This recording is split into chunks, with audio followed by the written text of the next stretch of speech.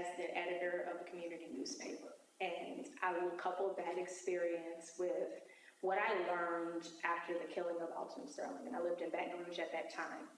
So I'm working at a community newspaper in Ascension Parish, and that is the thing. You get the press release from the police station, right? And you run it. You know why you run it? Because I ran 2 community newspapers by myself. So who was going to write the story? Who was going to look for the sister to talk to? Does the sister want to talk to me? Do they trust me? And it wasn't a trust for the officers or their account of the story. It's that we literally don't have the time or the manpower to put the real story out, right? Or the whole story. And so that's what comes out here. Now, I'm coupling this with what happened with Alton Sterling because I was on East Boulevard. This is a street that I lived on when the tanks were riding through and pulling people into the street and arresting them for being in the street after you dragged me out of my house and threw me into the street. I'm watching this happen. And then I watched the news, and that isn't the story. And I was like, oh shit, I'm the problem.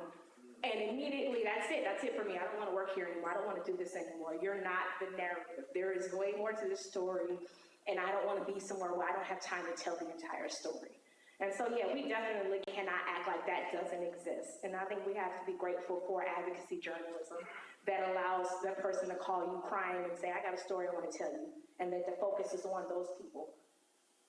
So how do I don't know if there's any aspiring journalists here, but how do we go about doing that? By interrogating the police? Like I'm thinking about even the Uvalde situation in San Antonio, where it was, you know, a different story came out and the press kept on reporting what the police were doing until somebody said, wait, this is not lining up. How do we go about reporting these stories in a way, knowing that a lot of the times you rely on police for information, you need, you have sources within the police department, they can intimidate you, they can do all these things. How do we go about getting the right story, even if that means sort of going up against law enforcement? Well, unfortunately, the official register of the city is going to run the police report. They have to. That is the law. They're going to lose all their advertising and all that stuff. They have to do that. So how do we go about doing that? Community journalism. That's the real of it. And when I say community journalism, that's not to be mistaken with what I talked about as a community newspaper editor. That isn't community journalism.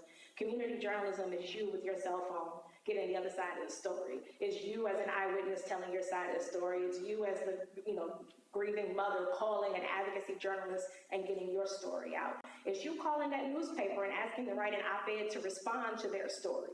We ain't gonna interrogate the police. We know we can't do that. But we can use that same register and get our stories out there. So the community journalism is actually the answer.